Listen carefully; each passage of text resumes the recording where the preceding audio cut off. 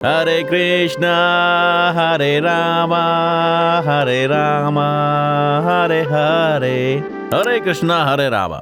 दोस्तों, इस भजन से कुछ याद आया? ये भजन इस्कॉन टेम्पल वालों का है, जिसके आज पूरी दुनिया में करोड़ों फॉलोअर्स हैं, जो पूरी दुनिया में गीता का उपदेश देते हैं। पूरी दुनिया में इस्कॉन लगभग 1 करोड़ लोगों को खाना खिलाता है रोज। इसके अलावा अगर कभी आप इस्कॉन टेम्पल गए तो आपने ध्यान दिया होगा कि इस्कॉन टेम्पल का इंटीरियर काफी शानदार होता है, जिसे बनाने में भी करोड़ों रुपए खर्च आता है। अब ऐसे में सवाल ये है कि आखिर इतने लोगों का पेट भरने के लिए इस्कॉन की कमाई कहाँ से होती है? आखिर कहाँ से इस्कॉन टेम्पल को इतना पैसा मिलता है? चलिए जानते हैं आज के इस वीडियो में। इस्कॉन का पूरा नाम है दोस्तों international society for Krishna consciousness. ISKCON की दुनिया भर में 1000 से भी ज्यादा सेंटर्स हैं। अकेले भारत में इसके 400 सेंटर हैं और यहाँ तक कि पाकिस्तान में भी इस्कॉन के 12 मंदिर बने हुए हैं। वैसे तो ये एक इंटरनेशनल ऑर्गेनाइजेशन है जिसकी शुरुआत भी विदेश में हुई थी, पर इसके फाउंडर को सबसे पहले इस्कॉन टेम्पल को शुरू करने का विचार भारत के झांसी में आया था। इस्कॉन के फाउंडर भक्तिवेदांत स्वामी प्रभुपाद जी महाराज इसकी शुरुआत झांसी से ही करना चाहते थे। एक्चुअली भक्तिवेदांत स्वामी प्रभुपाद आयुर्वेदिक दवाएं बनाने का काम करते थे। आयुर्वेदिक दवाओं के सिलसिले में स्वामी प्रभुपाद अक्सर झांसी के आयुर्वेदिक कॉलेज में आया करते थे। 1952 में उन्होंने लगातार आना शुरू कर दिया। उस दौरान झांसी के 2 व्यक्ति उनके अनुयायी यानी कि फॉलोअर्स हो गए। इन्हीं यात्राओं के दौरान स्वामी प्रभुपाद की नजर आंतिया तालाब के सामने बने राधाबाई स्मारक यानी कि मेमोरियल पर पड़ी। स्मारक पर कृष्ण मंत्र लिखा हुआ था और बस तभी स्वामी प्रभुपाद ने इस्कॉन के रूप में कृष्ण भक्ति की संस्था की स्थापना करने की सोची। इसके बाद स्वामी प्रभुपाद ने 1957 में संघ की स्थापना करने की सोची और कुछ कारणों की वजह से स्थापना तब नहीं हो पाई। बाद में स्वामी प्रभुपाद वृंदावन चले गए, जहाँ वो 16 साल रहे। इसके बाद वो अमेरिका चले गए, जहाँ उन्होंने 13 जुलाई 1966 में ऑफिशियली इस्कॉन की स्थापना की। ये स्थापना न्यूयॉर्क की एक छोटी सी दुकान में की गई थी। शुरुआत में उन्होंने उन अमेरिकी लोगों को उससे जोड़ा जिन्हें समाज से बहिष्कृत कर दिया गया था, यानी कि निकाल दिया गया था। ऐसे लोगों को हिप्पी कहा जाता था और देखते ही देखते लाखों करोड़ों लोग इससे जुड़ते चले गए। दुनिया को जिन्होंने इस तरह से कृष्ण की भक्ति के लिए जोड़ा, उनकी यानी कि स्वामी प्रभुपाद की 14 नवंबर 1977 को वृंदावन में मृत्यु हो गई। आपको बता दें कि रिपोर्ट के मुताबिक दुनिया में 50 करोड़ से ज्यादा लोग भगवत गीता पढ़ चुके हैं और इसका सबसे बड़ा क्रेडिट इस्कॉन को जाता है। इसका असर न सिर्फ भारत में बल्कि दुनिया के ज्यादा देशों में। इस्कॉन बाहर कितना पॉपुलर है, इस बात का अंदाजा आप इसी बात से लगा सकते हैं कि यूरोप में ऐसे देश जहां बीफ का कंजप्शन बहुत ज्यादा है, इस्कॉन ने वहां भक्ति और सात्विक भोजन की मुहिम चलाई हुई है। आज वहां के बहुत से लोग इसे फॉलो भी कर रहे हैं। सूरज उगने से पहले हर रोज सुबह 4:30 बजे दुनिया भर के इस्कॉन मंदिर में फूलों की खुशबू आने लगती है।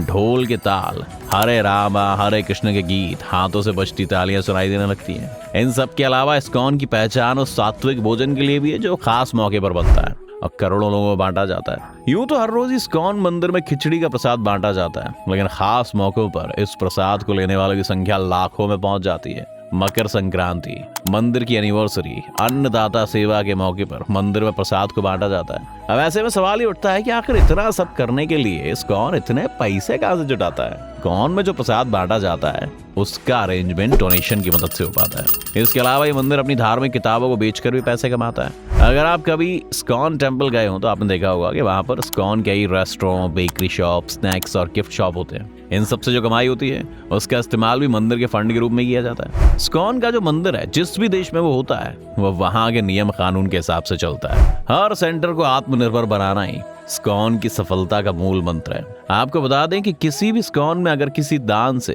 किसी बुक की बिक्री या रेस्टोरेंट की इनकम होती है तो वो रकम उस मंदिर के लिए काम में ली जाती है। ऐसा कभी नहीं होता है कि किसी दूसरे मंदिर के पास चली जाए। कैसा है इस्कॉन का स्ट्रक्चर? इस्कॉन का स्ट्रक्चर बहुत टाइट है। ये कॉर्पोरेट वर्ल्ड की तरह काम करता है। मंदिर के हर दिन का काम की जिम्मेदारी वहाँ के प्रेसिडेंट की होती है और वही लोकल गवर्निंग बॉडी का कमीशन GBC की तरफ से अकाउंटेबल होता है। प्रेसिडेंट के अंडर में ही मंदिर के सभी सदस्य कार्य करते हैं, लेकिन गवर्निंग बॉडी का कमीशन मंदिर की डे टू डे एक्टिविटी में शामिल नहीं होता है। क्या है इस्कॉन की गवर्निंग बॉडी कमीशन? ये इस्कॉन से जुड़े सीनियर लोगों का एक ग्रुप है दोस्तों, जो नीति से जुड़े मामलों पर फैसला लेता है। GBC में 35 से 40 सदस्य होते हैं। उनमें से ज्यादातर वरिष्ठ भक्त यानी कि सीनियर डिवोटीज हैं, जिन्हें उनकी लीडरशिप स्किल्स और फंड रेजिंग एबिलिटीज और दूसरी क्वालिटीज की वजह से इसमें शामिल किया जाता है। जीबीसी का कोई भी सदस्य अकेले फैसला नहीं ले सकता है। कोई भी फैसला सर्वसम्मति से ही होता है। जीबीसी के मेंबर्स प्रभुपाद के बनाए सिद्धांतों के आधार पर ही फैसला लेते हैं। जीबीसी नीति निर्धारित करता है और उसके सदस्य इस्कॉन की सभी गतिविधियों पर बारीकी से नजर रखते हैं। इस्कॉन के सभी 600 केंद्रों या मंदिरों के लिए यही जिम्मेदार होते हैं।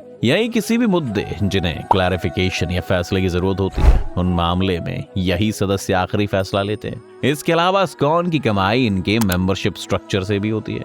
दुनिया भर में इस्कॉन की 1 लाख से भी ज्यादा इनिशिएटर्स हैं, जो कि वरिष्ठ गुरुओं और मेडिटेटर्स की दीक्षा लेने के बाद शामिल किए गए। इसके अलावा इसके 10 लाख से ज्यादा लाइफ टाइम मेंबर्स हैं। साथ में यहाँ पर दान करने वाले, कीर्तन और सत्संग सुनने की चाहत रखने वाले लोगों को लाइफ टाइम मेंबरशिप दी जाती है। यहाँ पर कुछ लोग मंदिर के लाइफ टाइम पेट्रन मेंबर बनते हैं, जिनकी फीस 40,000 तक होती है। ये रकम लोगों से एक बार ली जाती है। ये रकम इस्कॉन गंगा सागर फंड में जाती है। इसे चुकाने के बाद कोई भी इस्कॉन का लाइफ टाइम पेट्रॉन मेंबर बन सकता है। इसके बाद वो दुनिया भर में इस्कॉन के किसी भी मंदिर में साल में एक बार 3 दिन तक रह सकता है, प्रसाद ले सकता है। आपको बता दें कि वर्तमान में इस्कॉन के लगभग 50,000 से ज्यादा लाइफ पेट्रॉन मेंबर हैं। इतने सारे सेंटर होने के बाद भी इस्कॉन टेम्पल में कभी फाइनेंशियल इरेगुलरिटीज नहीं आती हैं। ऐसे में सवाल ये है कि आखिर ये सब फाइनेंशियल स्ट्रक्चर मैनेज कैसे होता है। फाइनेंशियल इरेगुलरिटीज से बचने के लिए ज्यादातर मंदिरों के अपने तरीके हैं। इन मंदिरों में कैश के लिए कोई जगह नहीं होती है।